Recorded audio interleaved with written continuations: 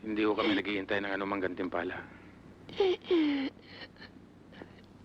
Mayroon akong malaking bagay na itinagaw sa matong ng palay sa aking kubo.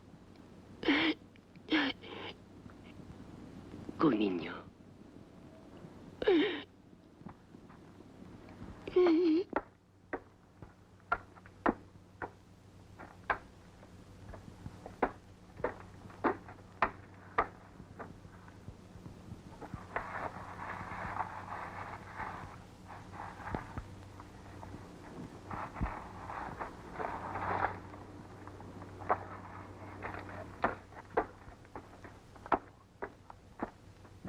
Inang, eto na ho.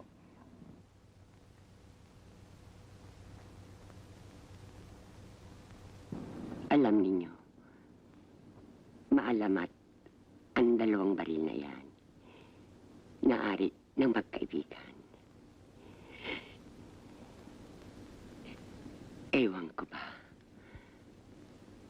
kung bakit ang dalawa ay naging pusakal na magkalaban. Ang isa ay naging gerilya ng Yusafe.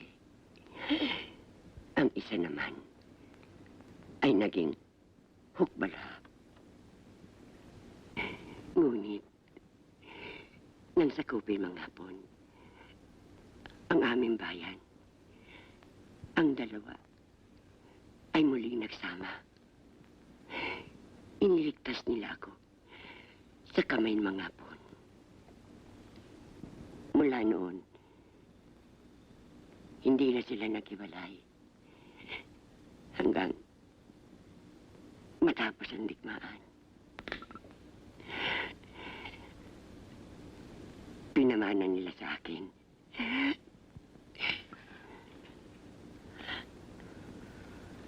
ang dalawang baril na yan.